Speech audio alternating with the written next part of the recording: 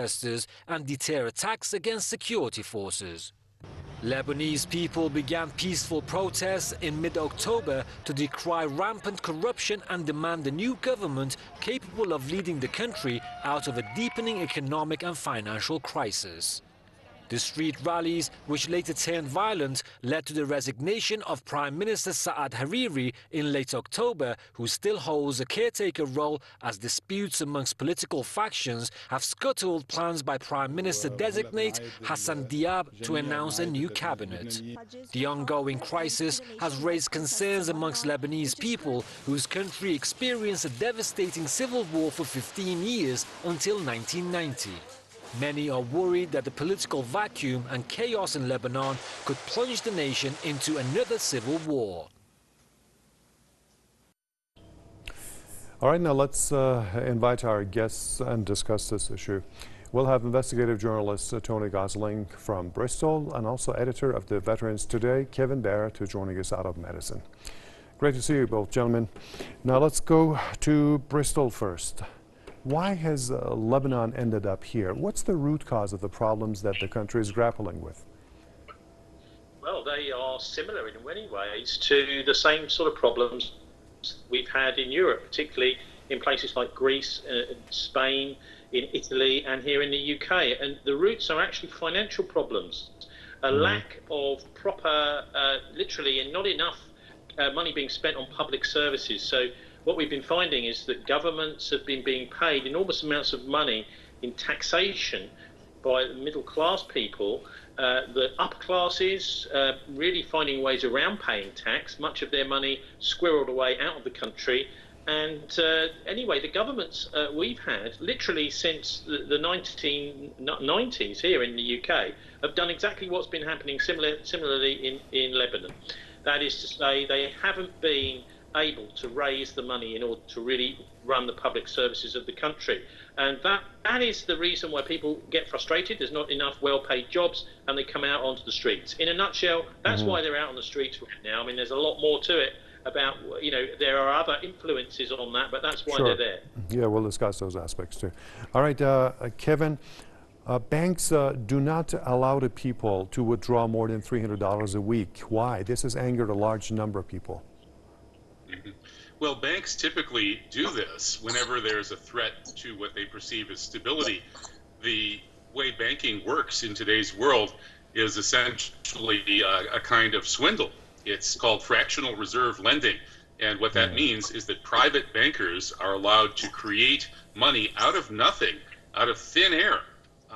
Under the law, they're allowed to basically print and lend out money that they don't even have. And that's why banking is the most lucrative racket in the world. Banking, usury banking, has always been considered organized crime in both the Western world, the Islamic world, and elsewhere.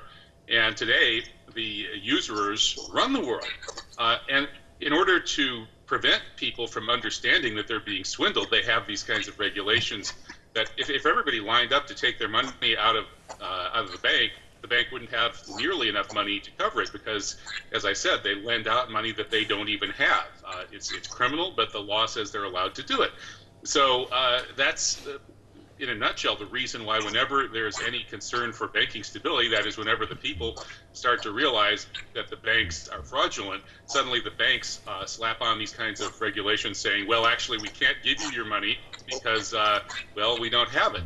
And so this is part of the crisis of confidence that's afflicting not only Lebanon, but many other places as well. And Tony was right about all the places he cited, and then France, where the yellow vests are making a direct attack on the root of the problem, which is Rothschild, usury, criminal finance. So that is a huge part of the problem. That's why there are the economies are crippled. The neoliberal capitalism has reached its limit, and it's become unstable.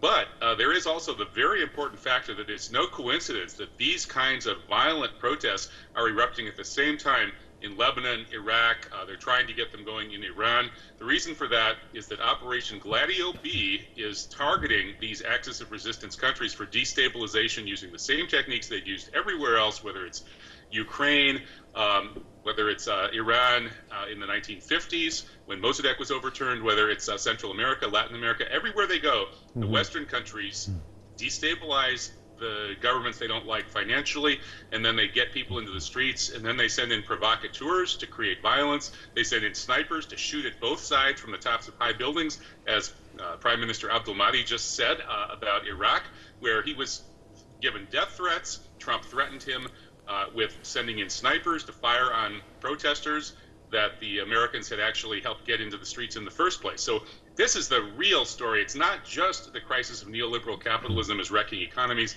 It's also that NATO is creating these violent demonstrations to target governments that it doesn't like.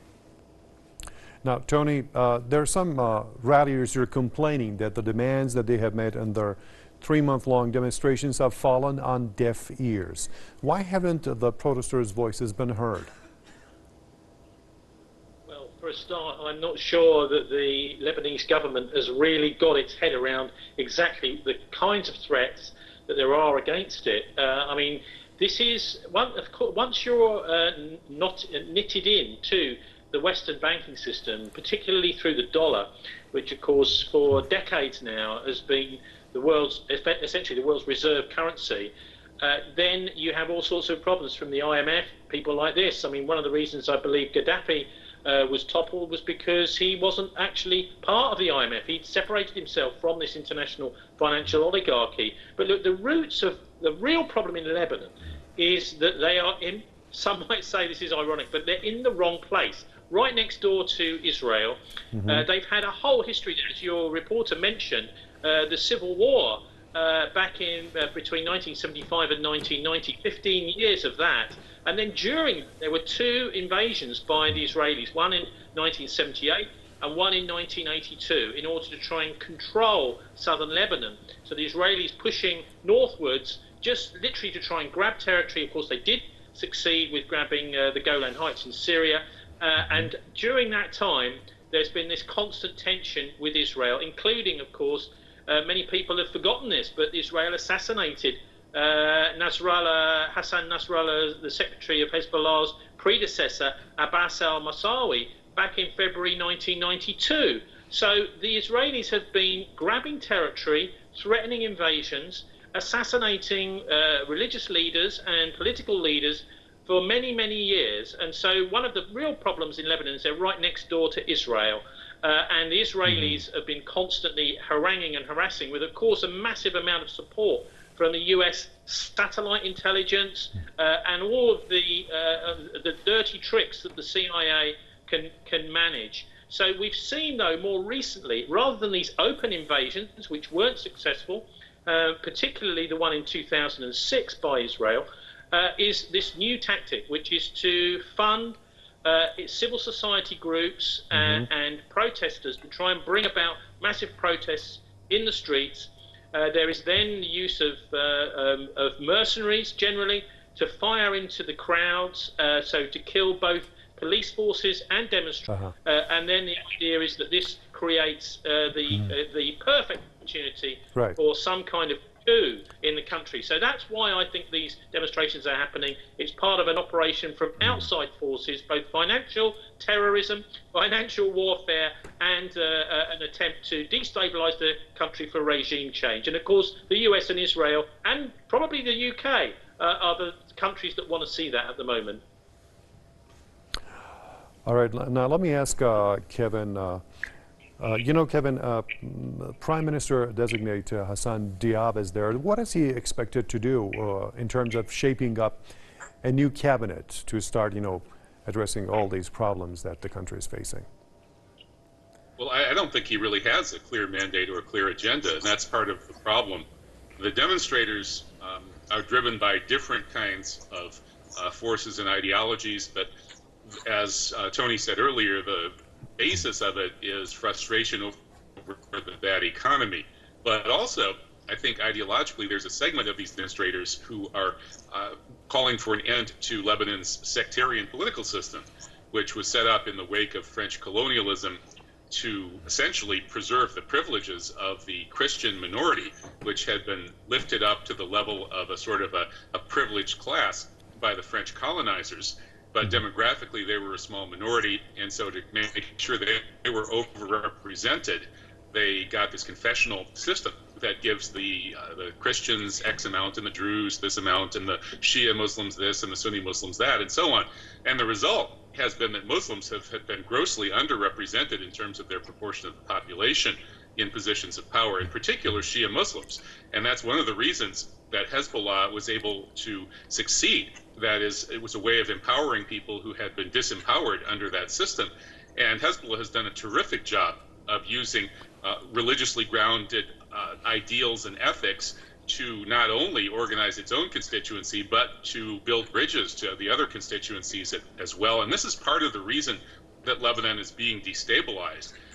So these demonstrators who are calling for an end to the confessional system may or may not really understand who's helping push them to do this, and also where things would go if indeed they got an end to the confessional system. I think that it's really a destabilization measure. And what's really at stake here is that the young people who are out in the streets for the good reason that the economy is messed up because of corruption are also under these nefarious influences as well. And really the main force driving these demonstrations and certainly driving them into violence is the usual suspects, the people that did it to Iraq, that did it to Syria, that did it to Ukraine, and so on. And those people would like nothing better than another civil war to break out in Lebanon. So the people of Lebanon had better be very awake and alert, and they better understand who their real enemies are. Okay, Kevin, I'll ask you about this traditional system of picking the cabinet members. After I ask this question, Tony, let's consider the factors. What are those factors? Speaking of the formation of a new government, you know, for months Lebanon has been without a government. It still is. So what are those factors contributing to this delay in the formation of a new government? Well, I mean, I have to disagree to a certain extent with Evan. The thing is, with the religious balance of power, this was part of the settlement from the Civil War. So the idea was to look at the various faith factions in Lebanon, and of course there are many, of course, who would be secular people too, but the faith factions it was that were armed and, shall we say, weaponized, which is the same sort of thing that happened in Northern Ireland, for example. Here in the UK, we had a so-called Catholic versus so-called Protestant war, civil war there going on. But actually what happens is these faiths get hijacked. But the point of the religious balance in the political system in Lebanon was to try and make sure that couldn't happen again. And so the thing is, by tinkering with it, you know, by the resignation of Saad Hariri back in October, this could potentially destabilise things. I think we've got to be quite careful about playing with that system. So that is, I think, very important aspect to all of this. Ultimately, though, it's the financial system that needs to be fixed. So there needs to be some real decisive action by the Lebanese government to make sure that the basics that people need to survive, and this is going back really to the 1948 and the Universal Declaration of Human Rights after the Second World War. People need shelter, they need water, they need food. And those basic things, when people can't afford them, they will come out onto the streets and they will be looking at any excuse to do so. So I think the most important things for the government in Lebanon to do is to look at making sure that the basic needs of the population are met, number one. And that's what the financial system in many parts of the world now, in fact for many years, has been doing, is it's been undermining people's ability to feed their families. And once you do that, you can then get people to come out on the streets easily. If the government can grapple with that particular problem through, for example, printing its own money, not going to the IMF and the international financial system to get that money, through something like what we have, quantitative easing in the dollar sector and the euro markets. There's a lot of quantitative easing going on there. That is printing money, but that money could go straight to the people. Why not? And that would give them a reason to stay at home and look after their families and enjoy life rather than coming out onto the streets. And I think that's a serious tactic to fight economic warfare that's going on right now in Lebanon. All right, Kevin, let's get back to that point you mentioned, the traditional system of the cabinet lineup, you know, and the way to pick. What's the possibility of this traditional system of picking cabinet members along party lines being abolished? Well, that's what some of these protesters are saying they want. And those particular protesters are being highlighted by the Western mainstream media. I've been hearing them here in the United States on PBS. And this is a bad sign because these are Zionist-dominated mainstream media outlets. And that suggests that the Zionist bankster agenda is in favor of these protesters attacking the confessional system. So I actually would agree with Tony that perhaps that confessional system is a good thing, at least in the short run, for stability. The problem, though, is that it has become a kind of a spoils system where each faction uses its power in this confessional system to sort of pay its supporters. And the corruption that is endemic in Lebanon, as in so many other places, is associated in the minds of some of these protesters with that confessional system. But I agree with Tony that abolishing the confessional system all at one fell swoop probably would create more problems than it would solve. It wouldn't address the real issue here, which is corruption, and which is the essentially endemic corruption to this financial system. And Tony's right that countries like Lebanon really need to get control of their own currencies and use currency as a public trust, as a kind of a public utility, not a private monopoly like it is now. But Lebanon's too small, really, to have power over its own currency and exercise total sovereignty. It would get squashed by much larger forces. That's why it's so important that the Islamic world, the Muslim majority countries, need to unite, especially economically, and create their own currency system backed by real commodities. Colonel Gaddafi was absolutely right that Africa, and indeed all the Muslim countries, should unite under the gold dinar and silver dirham, that is commodity-backed Muslim currency, and then they should say, we will not accept payment for any energy except in those currencies. By doing that, the Islamic world could reform the global banking system and empower itself almost instantly. Okay. Now, Tony, let's now kind of concentrate on the role of foreign players in Lebanese politics. What's the U.S. and other states trying to achieve in the Arab country? Well, we know in Ukraine that the protests at the Maidan Square in 2014, 2015 time, that was funded by the United States. We know that this is what they do. There is the unified command structure of the US, which has got a whole command center for every part of the world. They intend to dominate the world. I was speaking to a former State Department advisor, Jim Jatras, who worked back in the Clinton era and into the noughties, the State Department. He was making it absolutely clear the US intends to dominate the world. And what they're using to do that is, for example, CENTCOM in the Middle East. It's called SOUTHCOM in South America. And we have EUCOM as well in Europe, based in Stuttgart in Germany. So these are the military command centers the US has in order to try and dominate the world. They seem to have forgotten that there's absolutely no way they can dominate the world. We've got superpowers like China and Russia, and they don't seem to have even noticed that they exist. They still want to try and hem in these big superpowers and be the one. I'm afraid the thing is that most people around the world have recognized, particularly in South America for many decades, that the US is not going to be able to succeed in doing this. And so really they're on a hiding to nothing. The question is how much we can, I suppose, try to stop the devastating damage the US is causing around the world through the United Nations. The United Nations is very weak, but the Russians have been doing quite a good job as a sort of de facto. That's right. I was just going to mention that. Yeah. Okay, let's get up to the main topic. We are running out of time. We have only 1 minute left. Kevin, what do you think is the solution to the issues that the Lebanese are grappling with? How can they overcome them? Well, the short-term solution is for all parties to step back from their demands, and especially their selfish perspectives and their materialistic commitments, and recognize that preventing the country from falling into civil war is their most important priority. And they should be trusting the people who've proved that they're worthy oppressed, the least corrupt forces in the country. And frankly, I think that of all of the groups and factions, the least corrupt is Hezbollah. It's done the most to defend Lebanon, and it's also done the most to avoid falling into this kind of corruption.